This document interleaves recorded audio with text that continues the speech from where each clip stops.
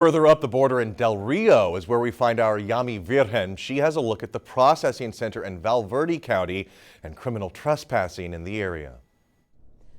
We are tonight in Quemado, a small town in between Del Rio and Eagle Pass. People that live here are used to the traffic of migrants coming out from the river, which is just up the street. But what happens next is if people cross into the U.S. in a property where the owner has already agreed to allow DPS to come in and arrest those migrants under criminal trespassing charges, they're then bussed over to Val Verde County.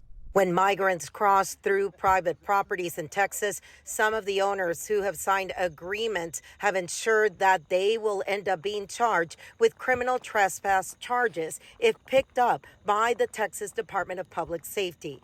Those migrants then end up here in Del Rio in a facility adjacent to the Val Verde County Jail since 2021. Put in place by Governor Abbott after I reached out to him that our jail population was going through the roof, and we needed some help here in Val Verde County because over a 4 to 6 month period, it cost Val Verde County $222,000. The facility is a processing center separate from the jail, but under the watchful eye of Sheriff Joe Frank Martinez. None of that is costing our taxpayers any money.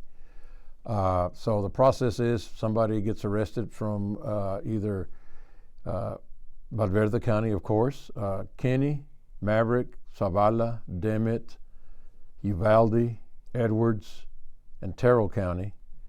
They all get brought into this processing center. This center is only temporary, and those arrested are here less than 24 hours. Their processing includes jail packages. They get to see a magistrate while they're here, and then the next morning or that afternoon, they get shipped out to the Briscoe or the Segovia unit. And now that President Trump has declared a national emergency here at the southern border, it empowers federal and state agencies to use more resources. But it is not known the effect it will have on the flow of migrants. That's the